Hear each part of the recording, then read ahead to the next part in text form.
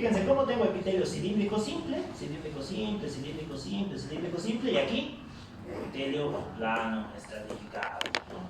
Esófago de Barrett, es el cuadro típico del esófago de Barrett. Bien.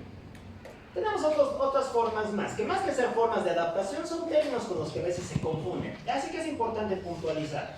El primero es displasia. ¿Qué quiere decir displasia? Crecimiento celular desorganizado. Cualquier forma de crecimiento celular desorganizado. Y como todo crecimiento celular me predispone ¿a qué? Me predispone a cáncer. Es una forma de lesión premaligna. El ejemplo más típico, ¿dónde lo encontramos? ¿Cómo es? En el cuello uterino, ¿no? La displasia cervical. La displasia intraepitelial cervical. De hecho, el virus del papiloma humano, que es el que acaba provocando el cáncer en el cuello uterino, primero produce esto, una displasia. Y después de la displasia, llegamos a la fase de cáncer del cuello uterino. Ya.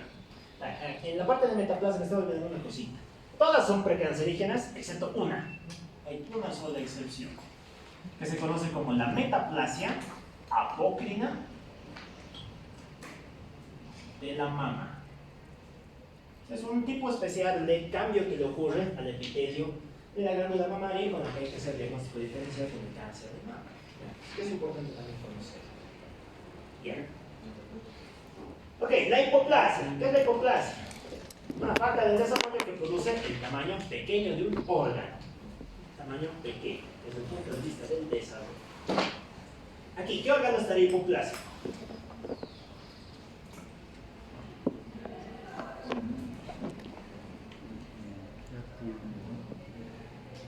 ¿Cómo es? ¿Qué órgano está hipoplásico? ¿Qué órgano ve más pequeño? No creas que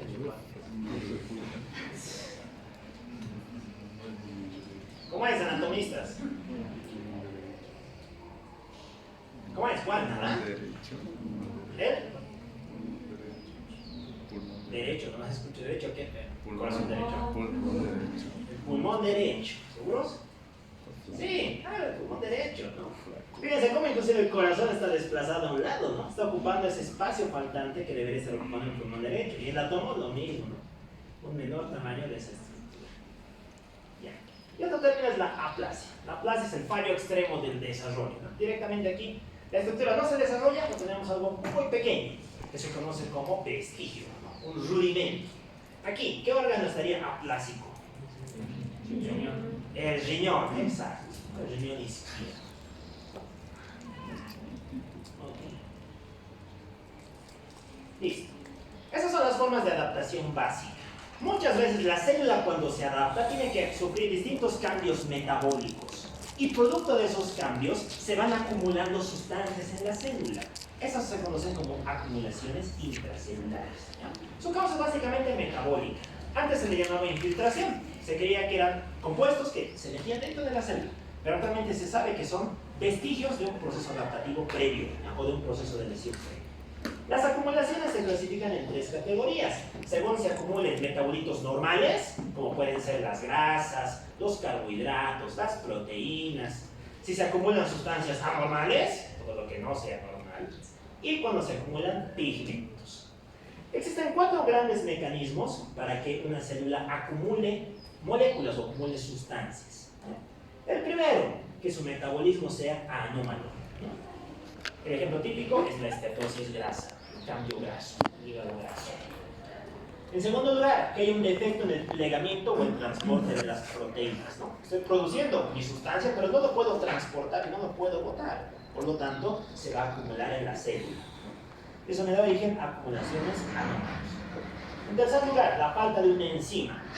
Esto generalmente afecta a los lisosomas. No se olviden que el lisosoma tiene una función. ¿Cuál es la función del lisosoma?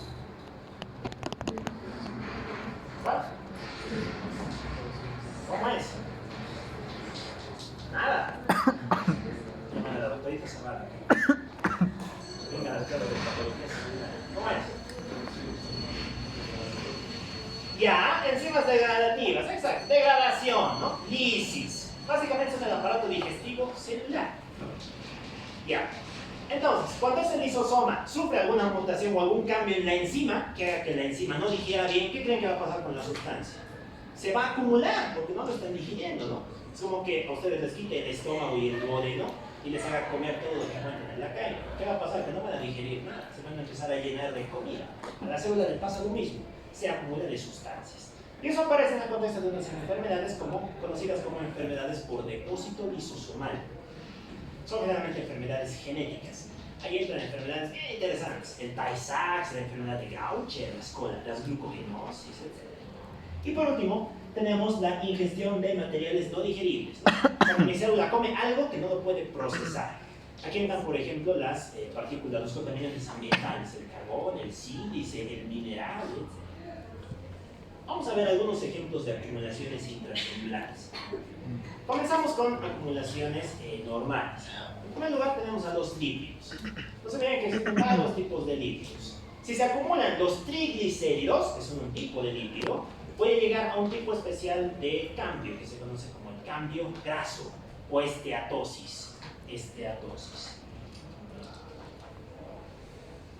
La esteatosis generalmente ocurre en el hígado. ¿Por qué creen que ocurre generalmente en el hígado? Ocurre porque sí. ¿Por qué quieren que ocurre? Por su metabolismo de los lípidos. Ya, exacto. Porque el hepatocito juega un rol bien importante en metabolizar lípidos, ¿no? Entonces, cuando ese proceso de metabolismo se altere, el lípido se va a acumular del hepatocito y luego dar origen a hígado graso, a una esteatosis. Ya. ¿Qué más? Tenemos también otro término, el de infiltración estromal grasa. Esto es diferente, ¿por qué? Porque en este caso infiltran adipocitos maduros en un tejido. En el cambio graso, la célula empieza a acumular triglicéridos, moléculas. En cambio, en la infiltración adiposa aparecen adipocitos, células maduras. La infiltración estromal no suele tener mayor relevancia clínica. Generalmente se encuentra en personas con obesidad. Después tenemos el colesterol. El colesterol es otro lípido que también se acumula y que le da origen a distintas patologías. Una de las más importantes y más representativas, la aterosclerosis. De hecho, tiene un tipo especial de lesión, la placa ateromatosa. Y en esa placa ateromatosa encontramos un tipo especial de célula. La célula espumosa. Esta es una célula espumosa. Es un macrófago que está cargado de colesterol y que se deposita en las placas ateroscleróticas. Ya. Tenemos también a los santomas. Estas son lesiones que aparecen en la piel. ¿Debido a qué? Debido al depósito de colesterol. Y como se deposita grasa, ¿de qué color creen que son? Amarillas. Que aparecen los santomas y el santelazo. La colesterolosis, cuando se deposita grasa en la mucosa de los órganos. Siempre el más importante, la vesícula biliar, ¿no? Porque es esta vesícula como ha cambiado el color de su mucosa debido al depósito de colesterol que tiene. Y una enfermedad metabólica como la enfermedad de Lima-Pick de tipo C. También se pueden acumular proteínas. Vamos a encontrarlo en distintas situaciones patológicas.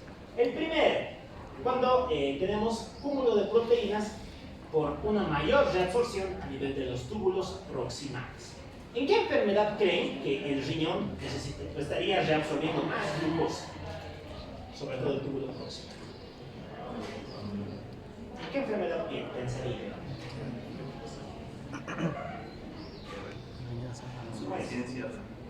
Insuficiencia renal. No, insuficiencia renal no sobre mucho. La diabetes, exacto. En la diabetes, como tengo harta glucosa, esa glucosa se filtra. Y como se filtra, aparece en el túbulo. ¿Y qué va a hacer la célula tubular? Reabsorberlo. Y como lo reabsorbe, se manifiesta en forma de cúmulos de reabsorción. Así como se reabsorbe glucosa, también se van a reabsorber proteínas. Típico del síndrome nefrótico. ¿Qué más? Si tengo una mayor producción de proteínas, ¿no? Si mi célula está produciendo más proteínas de las habituales, ¿qué voy a tener? Acúmulo de proteínas en el retículo endoplasmático, ¿no? Y esto va a dar origen a distintos tipos de inclusiones que son características. Una de las más llamativas es esta, se conoce como los cuerpos de Russell. ¿Alguien puede reconocer qué célula es esa? ¿Qué es? Histologos.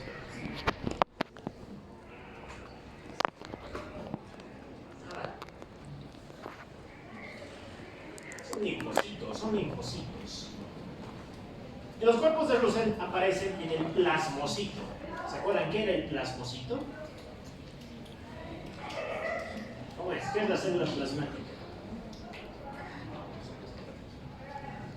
Nada. Es el linfocito B activado. ¿Se acuerdan para qué sirve el linfocito B? ¿Cuál es su función? Producir anticuerpos. ¿Y el anticuerpo qué es? Una proteína. Los cuerpos de Russell son inclusiones que aparecen en los linfocitos, en los plasmocitos, el linfocito B. Generalmente aparecen en el contexto de linfomas. Nos están diciendo que esta célula está produciendo más proteínas de las que deben. Efectos del transporte intracelular. En este caso vamos a tener proteínas que no pueden secretarse adecuadamente. El ejemplo más típico, ¿cuál es? El déficit de alfa-1 antitripsina.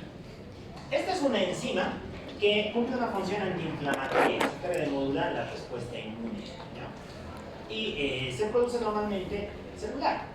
Cuando no se libera, producto por distintas alteraciones en su metabolismo, se acumula y me da origen a tensión de inclusiones en su interior, ¿no? Esos puntitos que están mirando es la forma antitripsina que se activa. Después tenemos la acumulación de proteínas del citoesqueleto. No se olviden que el citoesqueleto también está formado por proteínas y cuando se altera y se acumula, me da origen a distintas patologías, sobre todo degenerativas. El Alzheimer, en su base patogénica, entra aquí. El Parkinson también. Y lo que estamos observando ahí se conoce como cuerpos de Mallory. Los cuerpos de Mallory son proteínas que se acumulan en el interior de las células, sobre todo en el contexto de una enfermedad hepática, la hepatopatía alcohólica. Por eso también se le llama hialinosis alcohólica. Ok. Por último, la agregación de proteínas anómalas o mal plegadas, ¿no? Donde estas no se han producido adecuadamente. El ejemplo típico de esa última entidad es una enfermedad conocida como amiloidosis, ¿no? El amiloide es una proteína producida durante las respuestas inflamatorias. Y claro, si tengo un cuadro inflamatorio muy severo, ¿qué voy a producir? Proteína. Esa proteína se acumula y me da origen a un cambio de color. Morfológicamente, muchas de estas alteraciones se observan como cambio hialino. En la siguiente clase vamos a hablar de lo que es degeneración hialina. Pero es importante que recuerden que la palabra hialino no es como tal un término asociado a una entidad, es un término descriptivo.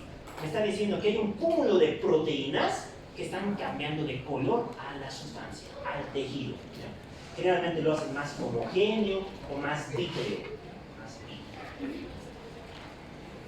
Bien. ¿También se puede acumular el glucógeno? Sí. ¿Sobre todo cuándo? Cuando hay enfermedades del metabolismo de la glucosa y del glucógeno. Ejemplo típico, diabetes. Si he nacido con algún problema enzimático en el metabolismo del glucógeno, ¿también se acumulará? Sí. Glucogenosis. Ahí entran las enfermedades de Bonjeer, Bon, etc. Vamos a estudiar cuando hablamos de enfermedades genéticas. Bien. Y también se pueden acumular los pigmentos. ¿Qué es un pigmento, se acuerdan? Ya, una sustancia que dota de color a una célula, ¿no? Una sustancia.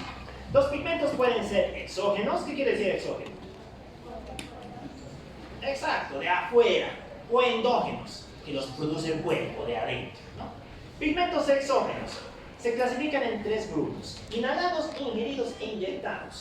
¿Cuál creen que sería un pigmento exógeno? Inhalado. Algo que pinte de color a las células o a los tejidos y que ingrese por vía inhalatoria. No. El TBC podría ser. ¿Cuál? El TBC. ¿No? El TBC, la bacteria de Koch. El TBC, el bacilo de Koch. Ajá. No. El bacilo es una célula, estamos hablando de pigmentos. Ah, ¿Cómo es algo que es típico de las sociedades urbanizadas? El carbón, el smog, el polvo, sobre todo el carbón, ¿no? El carbón. Fíjense que el carbón puede llegar a depositarse en la superficie de las estructuras, ¿no? Dotándole de un color mucho más oscuro. Cuando es muy severo, sobre todo típico de los mineros del carbón, tiene nombre también, se conoce como antracosis, la enfermedad de los mineros del carbón. Ya, ingeridos. ¿Habrá algún pigmento ingerido que nos cambie de color? Sí, sobre todo los tóxicos. La plata, por ejemplo. La intoxicación por plata y el argilismo provoca un cambio de coloración de la piel. La piel se hace mucho más bronceada, más pálida. El consumo de arsénico cambia de color a nivel de las encías de los dientes, se vuelve azulado. Es también una manifestación de la intoxicación por arsénico. Y por último, los inyectados. ¿Cuál creen que sería el ejemplo típico de pigmento exógeno inyectado?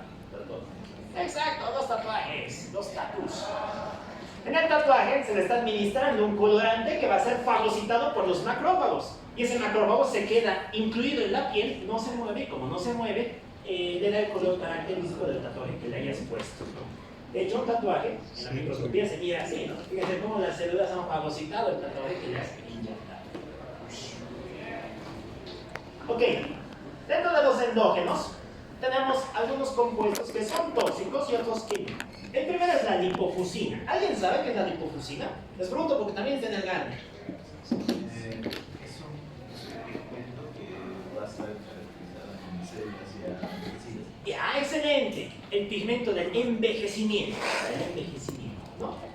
Son estas pigmentaciones granuladas, finas, de color pardo, ubicadas alrededor del núcleo o en el citoplasma de la célula. ¿Dónde lo encontramos? En toda célula envejecida. ¿Y envejecer es normal? Sí, triste pero normal. Así que es típico de las células que han tenido un ciclo vital prolongado. Son todas las neuronas, ¿no? Ahí se observan mejor. O también en el miocito cardíaco. La melanina, ¿dónde ve melanina? ¿Cómo es? ¿Dónde hay melanina? ¿Los pies? Piel. En la piel. ¿En qué capa de la piel? La piel es gigante, es un mundo de la piel.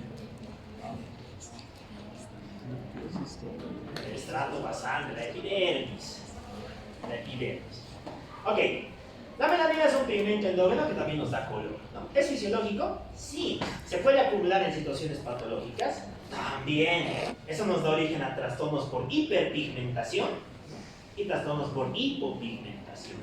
Hiperpigmentación entrarían las quemaduras solares, el cloasma, el melasma, la enfermedad de Addison y de enfermedades. Por hipopigmentación lo opuesto, ¿no? El albinismo, el vitiligo, el léntigo, etc. Similares a melanina. Hay otros pigmentos que son oscuros y que son parecidos a la melanina. Aquí simplemente vale mencionar un químico, que bueno, seguramente recién lo van a conocer. El ácido homogentísico. Suena chino, ¿no? El ácido homogentísico.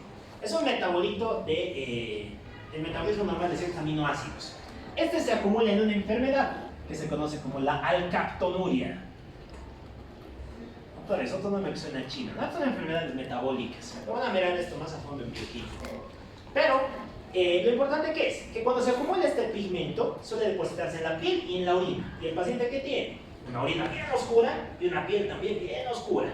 Ese signo clínico se conoce como la ocronosis.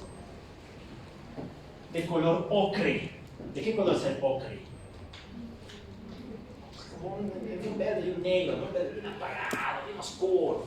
De ahí viene el nombre de ocronosis. Bien. Los derivados de hemoproteínas. Estas son proteínas que se encuentran en la sangre. Aquí vamos a encontrar a 4 proteínas. Uy, 4 minutos más y nos vamos. Tenemos la hemosiderina. ¿Alguien sabe qué es la hemosiderina?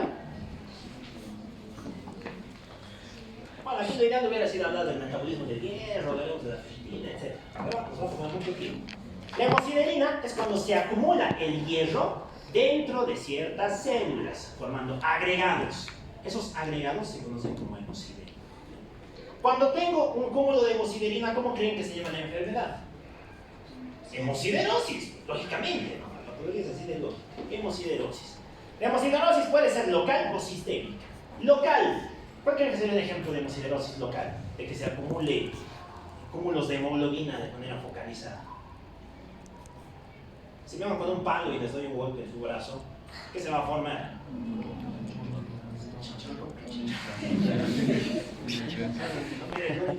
¿Qué se va a formar? Un hematoma. ¿Y el hematoma qué va a tener? Glóbulos rojos que se están rompiendo. Liberación de hemoglobina, y esa hemoglobina se convierte en hemosiderina. Es por eso que en los primeros días de un hematoma, ese hematoma es de color rojo. Después se va convirtiendo en verde, después en amarillo y por último en azul. No es el ciclo normal de un hematoma. Ya, hemosiderosis sistémica son sobre todo trastornos genéticos en los que el hierro no se metaboliza bien en las células y de ese modo se acumula en el cuerpo. Tiene igual varias formas, no vamos a tocar ahora. La hematina ácida. La hematina ácida también se conoce como pigmento malárico. Es un derivado de la hemoglobina.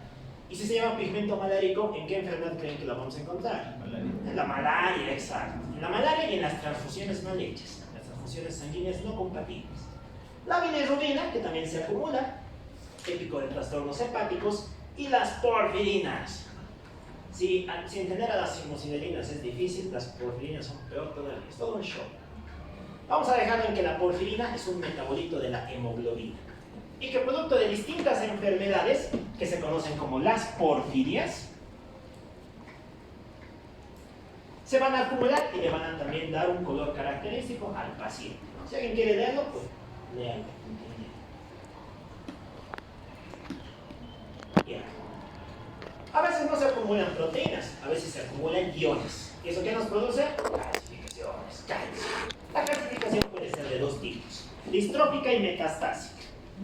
Y la diferencia es bien sencillita, simplemente hay que acordarnos de dos parámetros. En la distrófica, siempre ocurre sobre una lesión previa. Mi tejido ya ha sido dañado de antemano o ha tenido una necrosis pasada. Un infarto que se está calcificando es una calcificación distrófica. Una aterosclerosis crónica que se calcifica es una calcificación distrófica. En cambio, la metastásica aparece sobre tejido sano.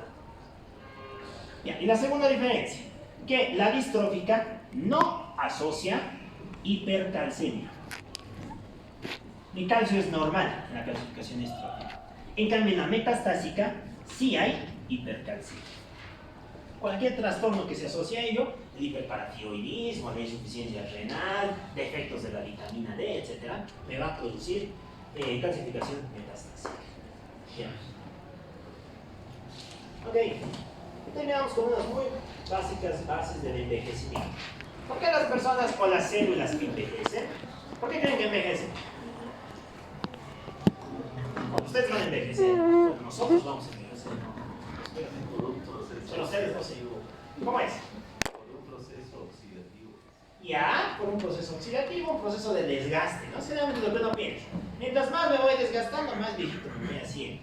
Pero actualmente se sabe que además de ese proceso de desgaste, también hay bases genéticas, que en cierto modo te programan para envejecer. En cierto modo estamos programados para llegar a esa etapa. Y dentro del fenómeno del envejecimiento, hay varios factores que contribuyen a ello. Si te expones a carcinógenos o errores esporádicos, ¿qué va a haber? Alteraciones del ADN. Y si hay encima alteraciones en la reparación, envejeces más rápido, ¿no? Ahí tenemos el caso de unas enfermedades como el síndrome de Berne, ¿no? Fíjense esta paciente con 15 y con 48. Alteraciones de la reparación del ADN, ¿no? Entonces, bastante fregadas. O el síndrome de Bloom, también efectos de la reparación del ADN. La senectud celular, el envejecimiento, sobre todo asociado al acortamiento de los telómeros. Y por último, que no se metabolicen bien las proteínas. Si se acumulan las proteínas, las funciones celulares disminuyen y llegamos al envejecimiento. Ok, y es así como la célula se adapta a los estímulos. Les digo.